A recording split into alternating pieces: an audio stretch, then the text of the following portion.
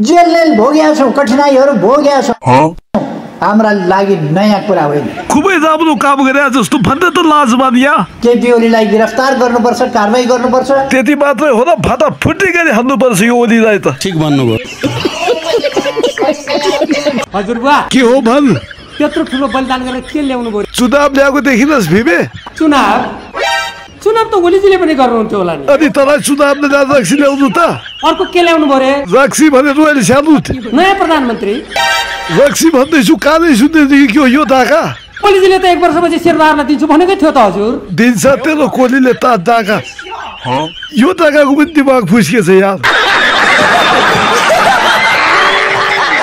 ज्येष्ठ नागरिक आश्रम खोलेर कोही बस्दै हुनुहुन्छ।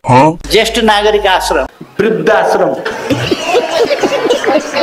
अब 1-2 जना समेट्न बाँकी छ। यही नहीं, अभी और सुनिए। 2 जना कोही बागलुङबाट, कोही प्युठानबाट, 1-2 जना कता-कताबाट समेट्यो भने कोर्स पुरा हुन्छ उहाँहरू। आफ्ना पितृलाई, आफ्ना अभिभावकको यो भन्दा ठुलो अपमान केही हुन्छ त? हैन, यी डाकाहरूको के ताल हो यहाँ? नाटकै हो, नाटकै हो। सुशीला कार्कीको डरले केपी ओली भाग्छ गुडुटु। अस्ति त भागेको अवस्था अहिले ठुलो कुरा गर्छस्, धेरै नबोल त्यहाँ फेरि समातेर जेल हालिदेला नि, थाहा होला डाका लाज विषय। जेल भोगेका छौँ, कठिनाइहरू भोगेका छौँ, हाम्रा लागि नयाँ कुरा होइन। भयो अब धेरै नबोल त्यहाँ डाका, यो कहिले नसुध्रिने भयो यार, यो निकल्छु। हामी जुनसुकै बलिदान दिन तयार छौँ, जिस्क्याउनु पर्दैन। यो हाहुको सरकार लाई देश जिम्मा लगाइदिएर हामी विदेश भाग्छ। ठुला कुरा डाका राष्ट्रिय जेजीको डरले कत्तिमा मुतेर भागेको होस् नि, डाका नभागिने भनेको त म कुटाइ खाएँ तर भागिने यहाँ। बिल्कुल ठुला कुरा गर्दो रहेछ यहाँ। हामीले यो देश बनाउनु पर्ने छ। म भन्न चाहन्छु।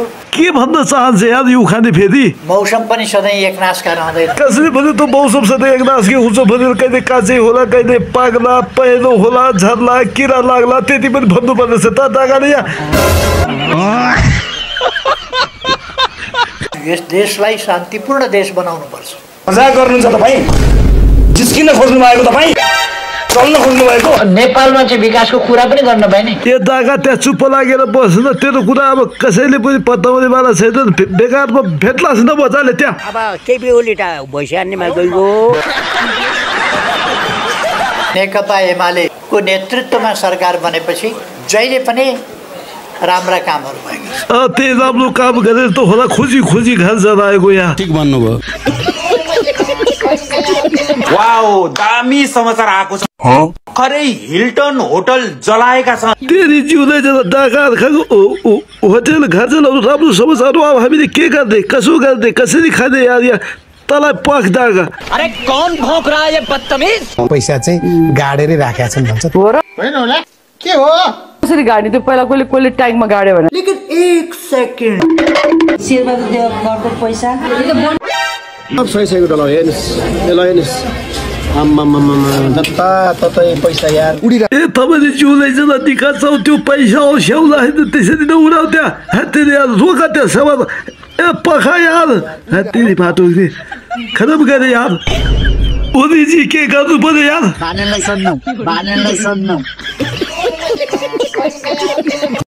सानो भाइ बहिनीहरू क्लोज बटन थिच्नु होला। हास्य कलाकार होस्, आवाज अलिक बढाउँदै। यो जोकर हो, यसले केवल हँसाउँछ। यही रियालिटी हो। ताल परे यो दलालले यो बिचमा आफ्नै केटीलाई नचाउँछ।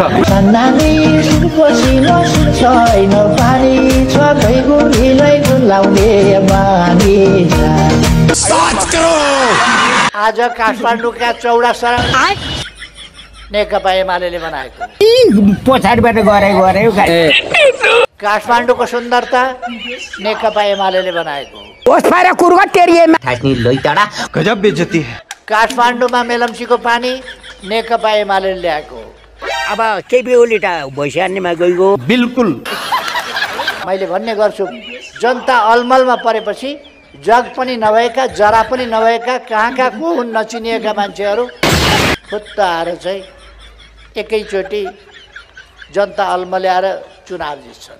काठमाडौँमा त्यस्तै भएको 2-4 दिन पर्खी कान्छा तेरो बाउलाई नि मसँग फोटो खिच्न मन लाग्यो जेल बस्ने बसे मर्ने मरे घाइते हुने भए त्यसरी आएको डेमोक्रेसी छोड तिमीहरू चाहिँ दुःख पाउन जन्मेकाहरू छोड अब हामी अगाडि बढ्यो कोही घन्टी बजाएर कोही लौरो लिएर कोही के गरेर केटाकेटीको खेल हो देश बनाउने भन्ने कुरा एकछिनलाई केही ठाउँमा तमासा हुन सक्छ नसुना भो तेरो प्यार प्यार प्यार प्यार गर्ने बाजाको भाषण राजतन्त्र र प्रजातन्त्रको कुरा गर्छस् गएको छैन अझ यो राजाको शासन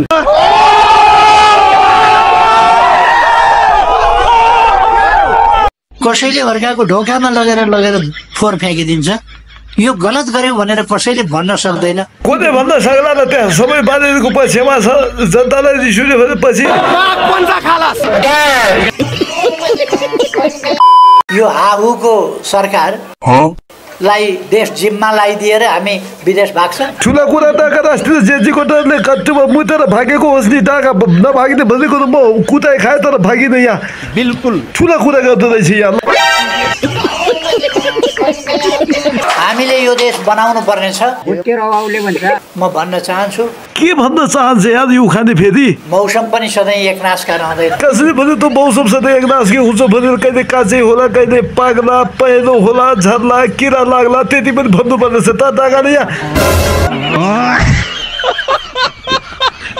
मलाई 2 बजोस् कि 3 बजोस् कि 1 बजोस् कि राति जति बेला तर पनि एकछिन नपढिकन चित्तै बुझ्दैन नपढिकन सक्दैन यही नहीं अभी और सुनिए दिउँसो पढ्न भ्याइन भने पनि दिउँसो राति मैले पढ्छु रात दिन पढ्ने मान्छे आठ फेल चाहिँ कसरी भयो यार यहाँ बानेनलाई सोध्नु बडा हरामी हो लाजमी छिन यार बानेनलाई सोध्नु भएपछि यार यहाँ एकचोटि बानेनलाई पनि सोधिहाल्नु पर्यो क्या यार बानेनजी भनिदिनुहोस् त यार 2-4 दिन पर्खी कान्छा अनि चिन्नु भएन तपाईहरुले हैन को होस् त टाका त चिन्नलाई म नेकपा एमालेको झोले हो झोले त झोले नै होस् नि त उखाने टाका तर झोलामा के बोक्छस् त्यो पनि भन्दैन यहाँ गिरिबन्धु टी स्टेट अब यस्तै त हो नि ब्रो जहिले यस्तै त हो नि कांग्रेस खत्म भयो कांग्रेस बिग्रियो कांग्रेस काम लाग्दैन मैले छोडेमा उले पनि त उखानेको एमाले पनि सिद्धियो बिल्कुल माओवादी पनि सकियो ठीक भन्नुभयो रासोपा पनि सकियो अब त मजाक गर्नुहुन्छ तपाई जिस्किन खोज्नु भएको तपाई चल्न खोज्नु भएको अरे जिस्केको हैन भने यार जे हो सबै कुरा तहस गरिसके या विश्वासै नगर्ने भगवान होस् त